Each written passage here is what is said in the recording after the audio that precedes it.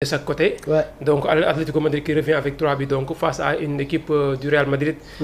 En tout cas une défense également qui fait peur hein bu fekkee également c'est un premier gros test hein c'était le premier gros test du Real Madrid. Ouais. En championnat ñu ngi doog a jéeg une équipe du top 4.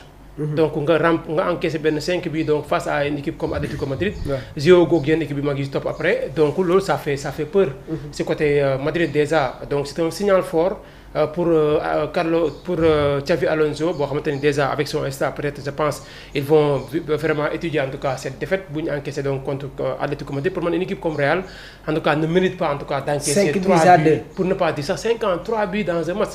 Real de son niveau warul encaisser ay 3 buts ci benn match dem kay Atlético wala ay Barcelone toll nañ ci niveau boo xamante ni mën nañ encaisser benn ñaar ci match surtout bu ñuy jéeg seen biir quoi mais encaisser 5 buts loolu en tout cas ça ressemble à une correction. Donc loolu correction la te mun Real face à Atlético même temps aussi génn ñoom ñaar Real gagné wu ko. aller comme retour Real gagné wu Atlético Madrid. Encore une fois tey première journée Atlético recevoir la gagné 5 buts à 2 loolu ça fait peur aussi. Donc avant Barça di ñëw ak yeneen en Ligue des Champions aussi. Donc pour man signal fort la Real moo si war a gën a jàngat xool la moo manqué donc mu jéem ko lijjanti très rapidement balaa ñuy gën a xuus si compétition en Liga comme en Ligue des Champions parce que en Ligue des Champions foofu la ma si mag yi sax di gën a ëppee. parce que tamit bu dee Espagne c'est Real Barça Atlético Madrid. Sinon les autres yëpp booy xool ay équipe de seconde zone lañ. Donc pratiquement booy xool foofu noonu la. léegi nag par rapport ak yeneen équipe yi en Ligue des Champions mun nga seeg ay équipe yu mel ni ay Liverpool Barça Paris Saint-Germain Juventus de Turin y' a pas mal d'équipes yu mag yoo xamante ne ñu ngi fa. tey y' a Chelsea y' a City y' a Bayern Munich y' a Dortmund tey foofu pour man après da ngay seeg équipe yoo xamante ne ay machine de but la ñu am. Donc Real pour man donc félicitations. À l'équipe donc de Diego Simeone mais pour moi à côté Real tamit war nañ tamit gën a xoolaat seen équipe même bu fekkee ni gisoon nañ avant cette défaite Real commencé woon di monter en puissance. xam nga kii commencé en tout cas à retrouver de la confiance surtout tamit également en attaque. Mais attaque bi moom ak milieu bi rien à dire mais pour moi derrière ça manque beaucoup de choses à rectifier quoi. Julián Álvarez. nekk attaquant buy football ci équipe bii di Atlético de Madrid. Manchester City moo ko repéré dans le championnat argentin. mu def une bonne saison avec les Citizens recruté par les Colchoneros. Superbe but. Un coup franc magnifique. nan nga gisee tey jii nii l'attaquant argentin Djiby Niang. waaw depuis daaw booy xool daaw déjà li fay marqué contre FC Barcelone mooy seen but bu gaaw bi moo ko marqué woon sur une passe décisive de Griezmann. parce que booy xool depuis daaw Julián Álvarez mi ngi commencé di wan nit ñi ne moom c'est un attaquant de classe mondiale.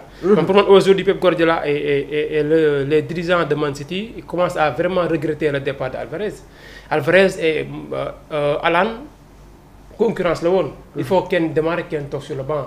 Alan mënoo ko woon jëndee Dortmund ñëw ci ko teg si banc bi. looloo taxoon Julián Álvarez mujjee perdre sa place de titulaire. donc ñëpp jàppoon nañ ni bu Kun Agüero demee. C'était l'occasion parfaite pour relancer Álvarez mais malheureusement Alan moo ñëw barré ko. mu toog tuuti amatul woon du temps de jeu. mu demandé donc un départ dem donc après ba mu demee nag commencé nañ gis beneen Julián Álvarez. yaa ngi wax sur le registre Djiby. de Julián Álvarez. nee nga il y avait cette concurrence avec Erling Haaland. Erling Haaland quand il est dans un club c'est lui le titulaire. mais Julián Álvarez bi ma seetaanee ces quelques matchs. bi mu nekk dans le championnat argentin.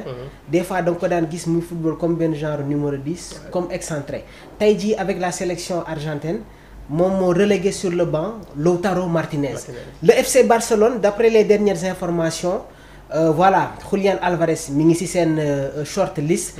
quasiment sax ñu bëri nee nañu c'est le successeur de Robert Lewandowski. Est-ce que tey jii nii su demee ci club bu mel ni FC Barcelone Hansi Flick du ko football loo ci registre bi nga xamante ne ñu bëri xaaruñu ko woon. C'est bien possible parce que avec Hansi Flick parce que c'est un joueur polyvalent.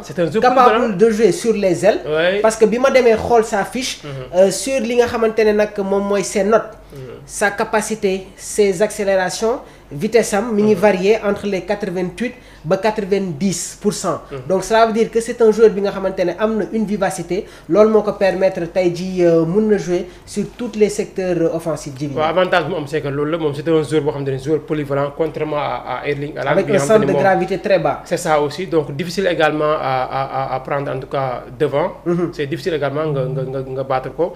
puisque également sa taille da koy gën a dimbali non seulement dafa am benn taille boo xam ne baax na si moom mais beneen bi mooy dafa technique. il est technique donc il est vivace aussi. aussi capable également de jouer sur les deux côtés comme attaque pointe également et parfois également jouer en tant que deuxième attaquant derrière l'attaquant de pointe donc ay atu la yoo xamante ni pour man bu demoon Barça avec Flick pour man dina gën a am beneen ci explosivité bi man loolu sax laa gën a yaakaar soit mu ñëw remplacer Robert Lewandowski bi xamante ni il a un contrat d'1 an moom la ko Barça signé donc ça veut dire que également Barça prépare la sortie de Robert Lewandowski déjà si bu fekkoon noonu carrément tëddeewul woon noonu Barça da ko doon signé benn 2 ans 3 ans gën ko fa téye mais benn at la ko signé te ren ji sax gi nga début saison bi les premiers matchs yëpp Barça da ko doon teg ci banc bi Hansi Flick donc Torres moo doon départ récemment la amoon benn titularisation jusqu'à présent 2 titularisations la am deuxième bi moo nekkoon démb bu ñu mujjee gagné donc par 2-1 très bien donc ça veut dire que également Barça prépare la sortie de Robert Lewandowski te pour man également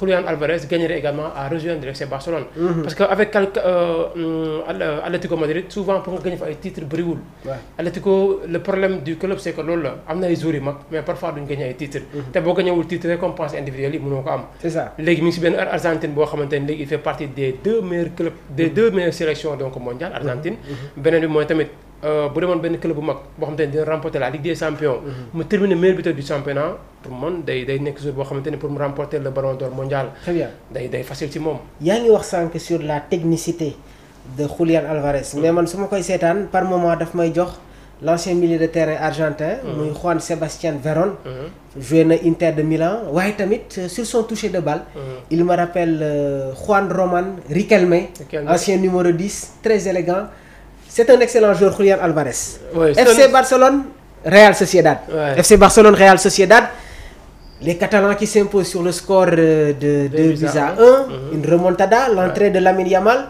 yow en tant que Catalan dama lay bàyyi rek nga décrypter ñu match bi waaw c'était difficile surtout également après avoir encaissé un but souvent léegi Barça mi ngi faral di tàmm yooyu di njëkk encaissé la tàmm am réaction et daaw sax daloon na leen ko aussi daaw daloon na leen la plusieurs reprises surtout également contre Real qui encaisse 2-0 après mu ngi def donc remontada de 5-2 donc depuis daaw la commencé tàmm ren ji également mi ngi commencé ñëw mais lu ma si gën a tiital mooy surtout également à des équipes yoo xamante ni ay équipe de troisième de seconde zone la ñu donc noonu Barça warul xaar yenn réaction yooyu noonu di ko def surtout également face à des équipes comme ay Real Sociedad en tout cas signe la aussi de la part de Hansi Flick pour également mu jéem a tamit jël ses devant heureusement tamit gis nañ benn Lamine Yamal qui entre à la 56e 57e une minute après mu def une passe décisive sur Robert Lewandowski ça veut dire que également au départ joxoon nañ ay mel ni Doro qui jouait sa première titularisation avec l'équipe A du Barça il y avait également Birju également de l'autre côté Lamine Yamal sur le banc Ferran Torres sur le banc